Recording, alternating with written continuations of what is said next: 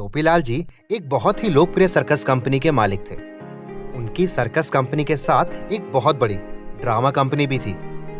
उनकी ये drama company बहुत ही प्रचलित और प्रशंसनीय थी, जिसमें बड़े बड़े कलाकार आके काम किया करते थे। लोग उनके बनाए हुए नाटक और नाच गाने बहुत ज्यादा पसंद किया करते थे। टोपीलाल जी अपनी नाटक कंपनी के हर एक आदमी को बहुत ज्यादा चाहते थे और जब जब मौका मिलता था तब उनकी प्रशंसा किया करते थे। अरे आप सभी लोगों के चलते ही तो मेरी ड्रामा कंपनी इतनी प्रसिद्ध हुई है। आप सब मेरी कंपनी की जान हो। मैं आप सभी सदस्यों को दिल से धन्यवाद करता हूँ। एक बार की बात थी, टोपीलाल जी की ड्रामा कंपनी का ड्रामा काफी देर रात तक होता है। रात काफी अंधेरी थी और बारिश और तूफान से घिरी हुई थी, पर उनके नाटक के टिकट्स बिक चुके थे। अब कैसे भी करके टोपीलाल जी और सभी अन्य एक्टर्स को उस नाटक के लिए पहुंचना बहुत जरूरी था।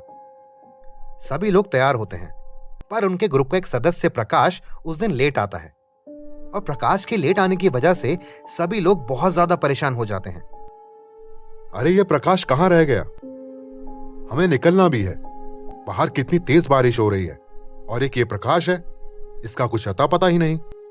तभी अचानक घोर बारिश से निकलकर प्रकाश सबके सामने आता है। अरे प्रकाश, इतनी ज्यादा लेट क्यों की तुमने? कोई काम था क्या तुम्हें? तुम्हें पता है ना आज हमारा कितना ज्यादा जरूरी नाटक है। हाँ टोपीलाल जी, आज थोड़ा काम था मुझे, इसलिए मैं लेट हो गया। मुझे माफ कर दीजिए टोपीलाल जी। प्रकाश को लेकर नाटक कंपनी अपने नाटक के लिए निकल जाती है। इसी दौरान रास्ते में से उनको अपने ग्रुप के सदस्य शीला को भी साथ में लेना होता है। शीला का पति विजय ग्रुप में वायलिन बजाया करता था, लेकिन उस दिन विजय शीला के साथ नहीं था।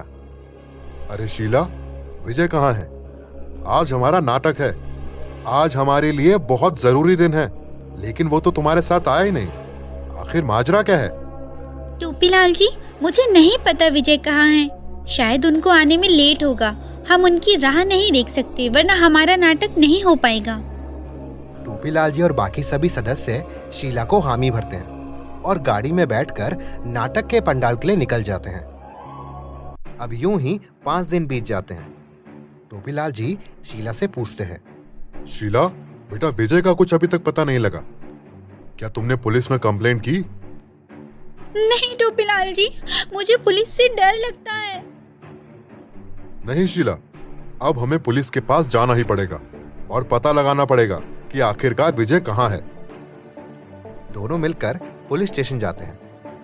इंस्पेक्टर साहब, प्लीज मेरे पति को ढूंढ निकालिए। वो पिछले 5 दिनों से घर नहीं आए हैं। इंस्पेक्टर रोहन चिल्लाते हुए, क्या पिछले 5 दिनों से आपका पति घर नहीं आया और अब आप कंप्लेंट लिखाने आ रहे हैं? आपकी उनसे लास्ट टाइम कब बात हुई थी और कहां?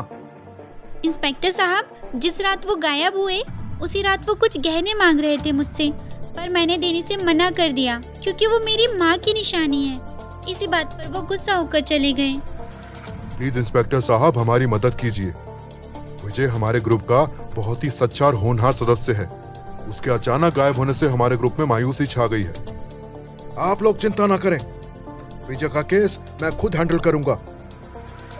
लगातार 1 महीने तक पुलिस विजय को ढूंढती रही, लेकिन विजय का कुछ पता ही नहीं लगा।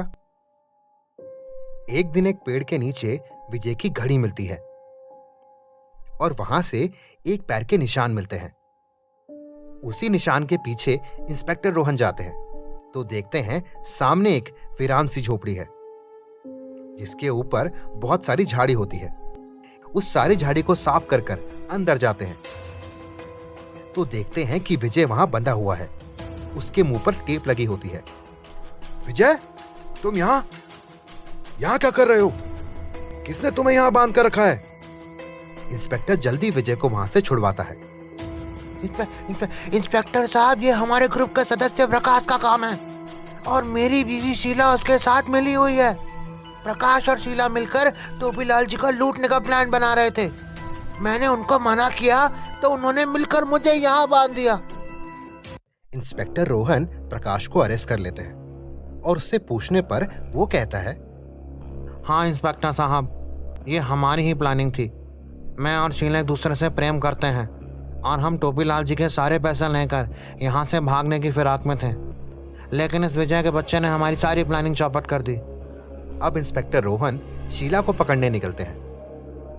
आइए, हमारे इस भव्य नाटक में आप सबका स्वागत है। तभी वो इंस्पेक्टर रोहन को वहां देखती है और घबरा जाती है।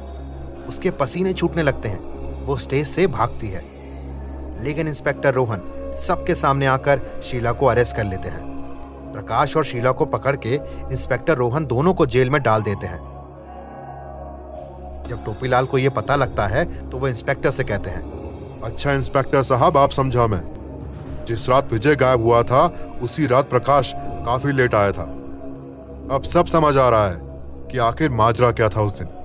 ये शीला और प्रकाश ने मिलके उस दिन सारी प्लानिंग की थी। इंस्पेक्टर साहब, मैं आपका धन्यवाद कैसे करूं?